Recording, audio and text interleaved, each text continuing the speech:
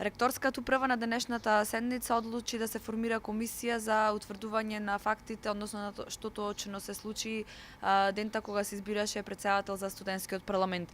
Представници на студентскиот пленум беа дел од таа седница, па што се разговараше, кои беа одлуките што се донесоа и како сте вие задоволни?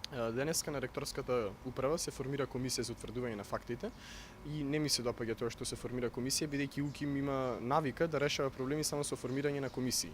Не знам како комисијата ќе утврдува факти кога има видео снимки на се што се случи, беа пуштени на ректорска управа, значи фактите се веќе утврдени, но ете формираа комисија, но побитно таа комисија е комисијата за реформирање на статутот на УКИМ во делот на студентското организирање, што значи е побитно се фокусираме на таа комисија и на работата на таа комисија.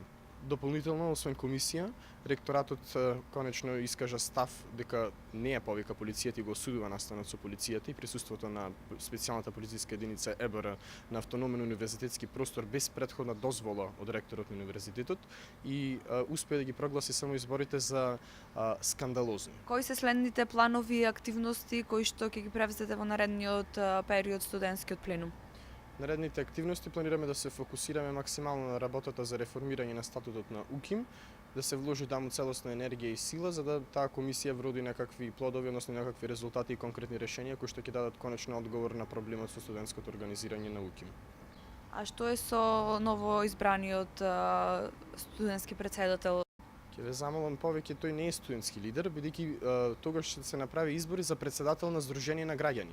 Студентскиот парламент е организација формирана согласно Законот за Сдружение на граѓани и фондација, не согласно Законот за високо образование. Па така, ние немаме студентски лидер, туку имаме претседател на невладина организација. И толку.